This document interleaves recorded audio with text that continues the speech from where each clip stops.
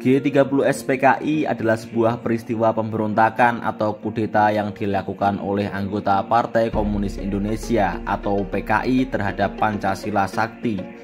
Pemberontakan tersebut dilakukan demi kepentingan PKI untuk mengubah ideologi bangsa Indonesia. Ada beberapa tokoh utama yang terlibat G30S PKI. Yang pertama, DN Aidit. Pemilik nama lengkap Dipa Nusantara Aidit adalah sosok yang diduga dalang di balik peristiwa G30S PKI. Ia merupakan Ketua Umum Komite Sentral atau CC Partai Komunis Indonesia. Di masa kepemimpinannya, ia berhasil membawa PKI menjadi partai ketiga terbesar di dunia setelah Uni Soviet dan Tiongkok. Pada saat pemerintahan Orde Baru di bawah pimpinan Jenderal Soeharto, mengeluarkan versi resmi bahwa PKI adalah pelaku pemberontakan G30S. Aidit yang saat itu menjabat sebagai ketua PKI dituduh sebagai dalang peristiwa tersebut. Mengetahui dirinya sedang dicari, ia lantas melarikan diri hingga ditangkap di tempat persembunyiannya di Solo, yaitu di rumah Kasim atau Harjo Martono.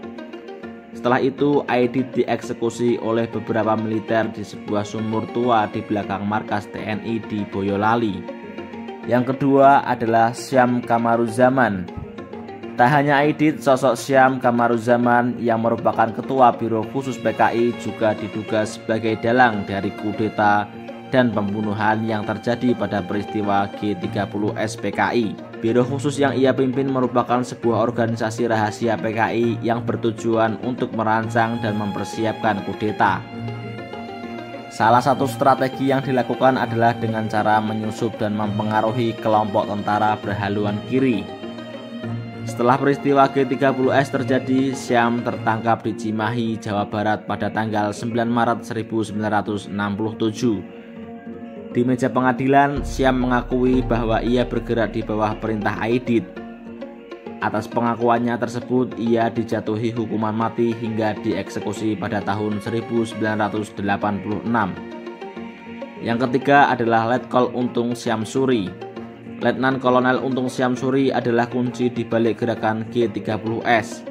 Ia merupakan seorang komandan batalion KK-1 Cakrabirawa, pengawal Presiden Soekarno.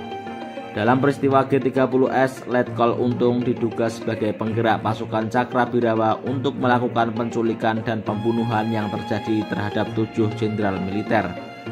Setelah peristiwa itu terjadi, Letkol Untung melarikan diri dan menghilang hingga pada akhirnya ia tertangkap di Brebes, Jawa Tengah dan berujung dieksekusi mati pada tahun 1966, setahun setelah peristiwa G30S.